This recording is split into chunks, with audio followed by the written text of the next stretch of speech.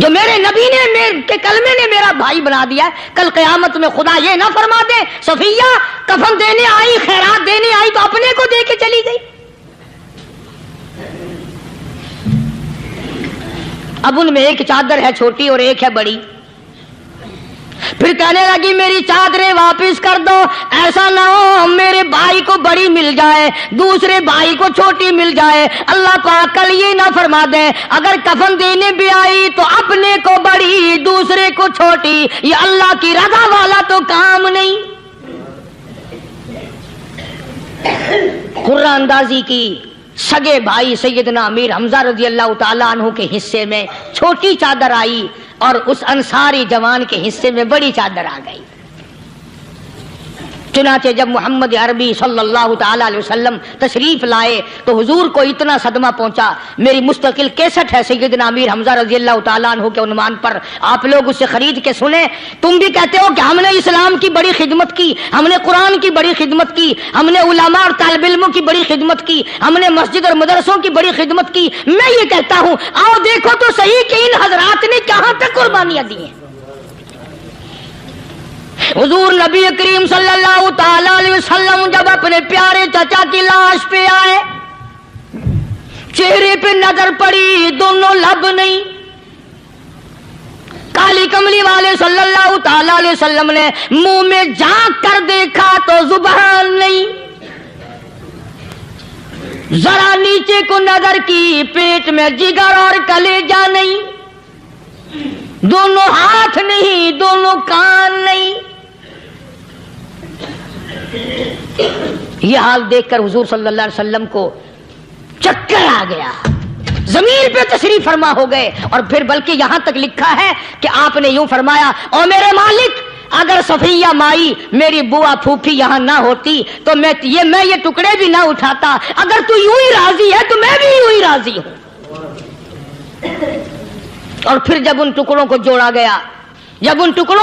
گیا تو صحابہ نے عرض کیا یا رسول اللہ صلی اللہ تعالی علیہ وسلم امیر حمزہ قداور آدمی تھا، لمبا تکڑا بہادر آدمی تھا، حالت یہ ہے چادر چھوٹی ہے بھی ایک ہی، اگر سر ڈھانپتے ہیں تو پیر کھل جاتے ہیں، پیر ڈھانپتے ہیں تو سر کھل جاتا ہے۔ حضور نے فرمایا سر کو چھپا دو، پیروں پہ میرے چچا کے درختوں کے پتے ڈال دو۔ میں یہ عرض کر رہا تھا کہ اللہ والے ہر وقت میں آدمی کی اصلاح کی کوشش کرتے ہیں، اسے بنانے کی کوشش کرتے ہیں، اسے سمجھانے کی کوشش کرتے ہیں۔ اللہ تبارک و تعالی ہر مسلمان کو توفیق دے کہ وہ اپنی زندگی بھر اللہ والوں کی خدمت میں جانے آنے کی، قرآن کی خدمت کی ہر وقت پروگرام بنائے، نیت خیر رکھے۔ کیوں؟ اس لیے اسی کو کہتا ہے کہ لیے پھرتی ہے بلبل چونچ میں گل، لیے پھرتی ہے بلبل چونچ میں گل، اور ڈھونڈتی ہے شہید ناز کی تربت کہاں ہے، تلاش کرتے ہیں جانور پرندے کہاں پر اللہ کی رحمت برس رہی ہے۔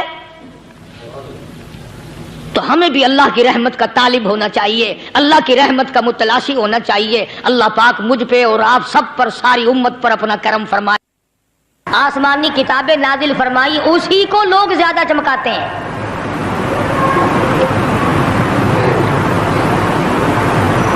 خدا اس بات کو گوارا ہی نہیں کرتا کہ میری طرف سے بغیر میرے اعلان کے کوئی ذرہ برابر اعلان کر سکے۔ وہ کسی قلندر کو، کسی ملنگ کو، کسی کو اختیار نہیں دیتا۔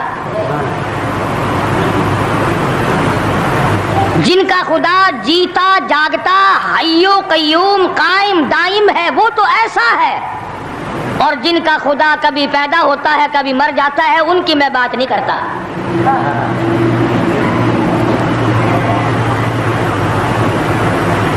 پروردگار عالم نے ایک طریقے کا سوال کر دیا، اگر تم میرے معاملات میں شریک کار بنتے ہو تو آؤ پھر ایک ناخون بنا کے دکھاؤ،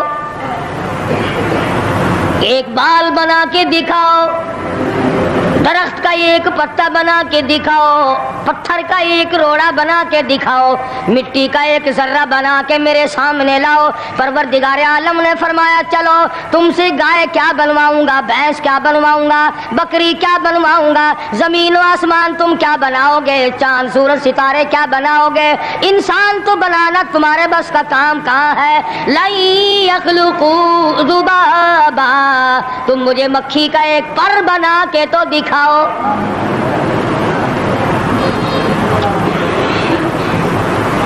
فرمایا جس کے دل میں توحید و ایمان یقین کی دولت جم جاتی ہے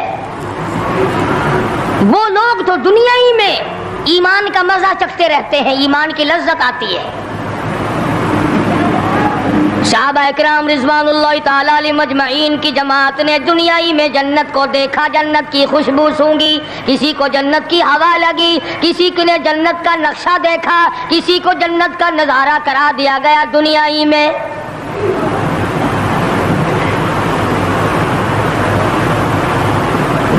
خوش نصیب تھے وہ لوگ جنہوں نے محنت سے اپنی آخرت کو بنایا, اپنی قبر کو بنایا, اپنی تمام تر زندگی میں کبھی بے فکری سے بسر نہ کی. رات کو سوچا, دن کو سوچا, صبح کو خیال کیا, شام کو خیال کیا. یہ ناپائیدار زندگی ہے, یہ ختم ہونے والی زندگی ہے, اس لیے مجھے دائمی زندگی کی کچھ تیاری کرنی چاہیے. ان لوگوں نے کمائی کی اور محمد کریم صلی اللہ تعالی علیہ وسلم کے ساتھ رہے. دنیا میں ان کو جنت کے مزے آیا کرتے تھے.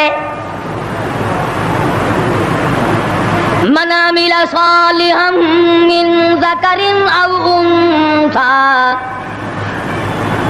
وهو مؤمن فلنحيينه حیاتا طیبا.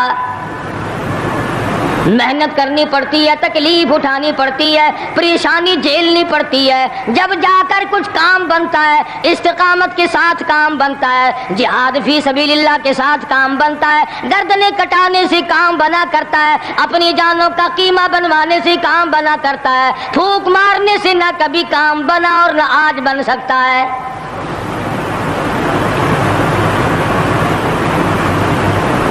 علماء کرام میں بے شمار لوگ اس قسم کے آئے جو استقامت کا پہاڑ ثابت ہوئے. ان میں سے بعض نے یہ لکھا ہے کہ بعض مرتبہ کھانے میں ایسا مزہ آتا تھا جیسے جنت کے کھانے کا مزہ آتا ہے. شاہ عبد الرحیم صاحب رائے پوری رحمہ اللہ خدام نے عرض کیا حضرت پورا مہینہ گزر جاتا ہے رمضان المبارک کا, کچھ دو چار نوالے, دو چار لقمے کھا تو لیا کرو. تو فرمانے لگے میں اللہ پاک کا قرآن کریم دن کو پڑھتا ہوں, رات کو پڑھتا ہوں, سارا دن تلاوت کرتا ہوں, ساری رات تلاوت میں لگا رہتا ہوں. اور لوگوں تمہیں کیا معلوم ہے, جب میں خدا کا قرآن پڑھتا ہوں میرے منہ میں جنت کے پھلوں کا مزہ آتا رہتا ہے.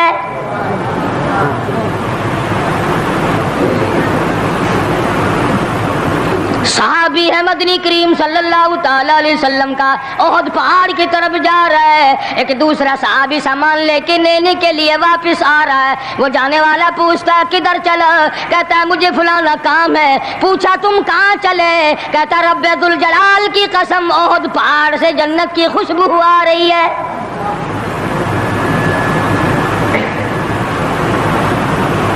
تھے یہ لوگ ارادے کے, استقامت اس قدر مضبوط تھی دنیا کی کوئی طاقت ان لوگوں کو نہیں ہلا سکی. سید عطا اللہ شاہ صاحب بخاری رحمہ اللہ علماء اکرام کی پگڑی تھی, علماء کے آبرو تھے شاہ صاحب, علماء کی عزت تھی. امرتسر میں جلسہ کیا شاہ صاحب نے, اطلاع ملی بہار میں لوگوں نے حسین احمد مدنی کی پگڑی اتار کر جلا دی.